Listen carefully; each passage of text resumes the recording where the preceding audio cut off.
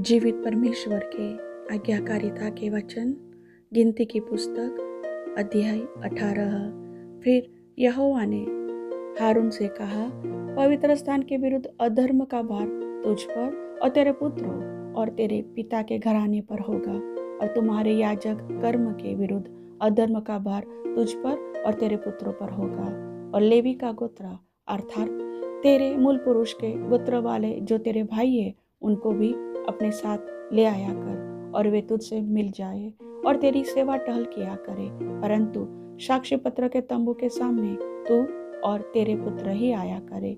जो तुझे सौंपा गया है उसकी और सारे तंबू की भी वे रक्षा किया करे, परंतु पवित्र स्थान के पात्रों के और वेदी के समीप न आए, ऐसा न हो कि वे और तुम लोग भी मर जाओ। अतः वे तुझसे मिल जाए और मिलाप वाले तंबू की सारी सेवकाई की वस्तुओं की रक्षा किया करे, परंतु जो तेरे कुल का न हो वह तुम लोगों के समीप न आने पाए।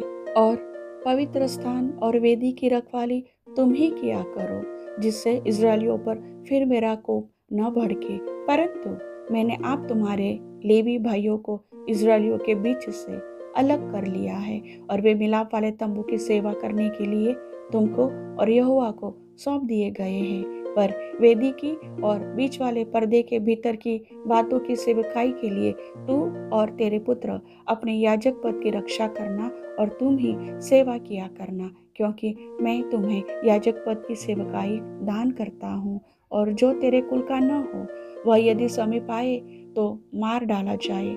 फिर यहोवा ने हारून से कहा, सुन, मैं आप तुझको उठाई हुई भेंट सौंप देता हूँ, अर्थात इजरायलियों की पवित्र की हुई वस्तुएं जितनी हो उन्हें मैं तेरा अभिषेक वाला भाग ठहरा कर तुझे और तेरे पुत्रों को सदा का हक करके दे देता हूँ। जो परम पवित्र वस्तुएं आग में भस्म न की जाएगी वे तेरी ही ठहरे, अर्थात इजरायलियों के सब चढ़ावों में से उनके सब अन्न बलि, सब पाप बलि और सब दोष बलि जो वे मुझको दे, वह तेरे और तेरे पुत्रों के लिए परम पवित्र ठहरे। उनको परम पवित्र वस्तु जानकर खाया करना। उनको हर एक पुरुष खा सकता है, वे तेरे लिए पवित्र है। फिर ये वस्तुएं भी तेरी ठहरे, अर्थात जितनी भेंटें इजरायली हिलाने के लिए दे, उनको मैं तुझे और तेरे बेटे बेटियों को सदा का हक करके देता हूँ। तेरे घराने में जितने शुद्ध हो वह उन्हें खा सकेंगे। फिर उत्तम से उत्तम नया दाख मधु और गेहूं अर्थात इनकी पहली उपज जो वे यहोवा को दे वह मैं तुझको देता हूँ। उनके देश के सब प्रकार की पहली उपज जो वे यहोवा के लिए ले आए वह तेरी ही ठहरे। तेरे घराने में जितने शुद्ध हो वे उन्हें खा सकेंगे। इजरायलियों में जो कुछ अर्पण किया जाए वह भी तेरा ही ठहरे। सब प्राणियों में से जितने अपनी अपनी माँ के पहलौठे हो, जिन्हें लोग यहोवा के लिए चढ़ाए, चाहे मनुष्य के चाहे पशु के पहलौठे हो, वे सब तेरे ही ठहरे। परंतु मनुष्य और अशुद्ध पशुओं के पहलौठों को दाम लेकर छोड़ देना। और जिन्हें छुड़ाना हो जब वे महीने भर के हो, तब उनके लिए अपने ठहराए हुए मोल के अनुसार अर्थात पवित्र स्थान के 20 गेरा के शेकल के हिसाब से 5 शेकल लेकर उन्हें छोड़ना। पर गाय या भेड़ी या बकरी के पहलौठे को न छोड़ना, वे तो पवित्र है। उनके लहू को वेदी पर छिड़क देना और उनकी चर्बी को बलि करके जलाना, जिससे यहोवा के लिए सुखदायक सुगंध हो। परंतु उनका मांस तेरा ठहरे, और हिलाई हुई छाती और दाहिनी जांघ भी तेरी ही ठहरे। पवित्र वस्तुओं की जितनी भेंटें इजरायली यहोवा को दे, उन सभी को मैं तुझे और तेरे बेटे बेटियों को सदा का हक करके दे देता हूँ। यह तो तेरे और तेरे वंश के लिए यहोवा की सदा के लिए नमक की अटल वाचा है। फिर यहोवा ने हारून से कहा, इजरायलियों के देश में तेरा कोई भाग न होगा और न उनके बीच तेरा कोई अंश होगा। उनके बीच तेरा भाग और तेरा अंश मैं ही हूँ। फिर मिलाप वाले तंबू की जो सेवा लेवी करते हैं उसके बदले मैं उनको इजरायलियों का सब दशमांश उनका निज भाग कर देता हूँ और भविष्य में इजरायली मिलाप वाले तंबू के समीप न आए। ऐसा न हो कि उनके सिर पर पाप लगे और वे मर जाए, परंतु लेवी मिलाप वाले तंबू की सेवा किया करे और उनके अधर्म का भार वे ही उठाया करे।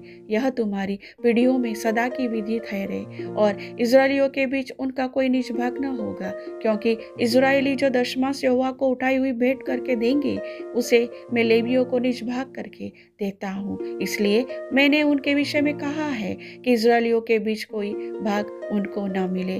फिर यहोवा ने मूसा से कहा, तू लेवियों से कहा कि जब जब तुम इजरायलियों के हाथ से वह दशमांश लो जिसे यहोवा तुमको तुम्हारा निज भाग करके उनसे दिलाता है, तब तब उसमें से यहोवा के लिए एक उठाई हुई भेंट करके दशमांश का दशमांश देना।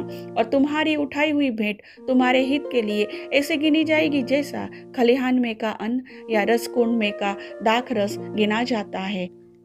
इस रीति तुम भी अपने सब दशमांशों में से जो इजरायलियों की ओर से पाओगे यहोवा को एक उठाई हुई भेंट देना, और यहोवा की यह उठाई हुई भेंट हारून याजक को दिया करना।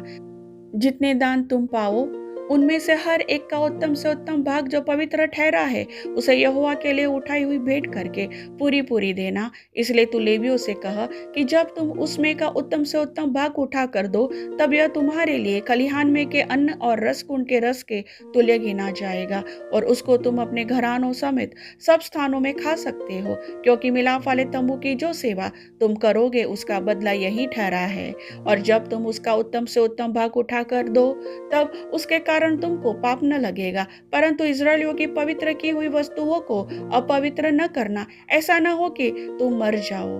प्रभु वचन के सुनने वाले सभी भाई बहनों को आशीष दे। आमीन।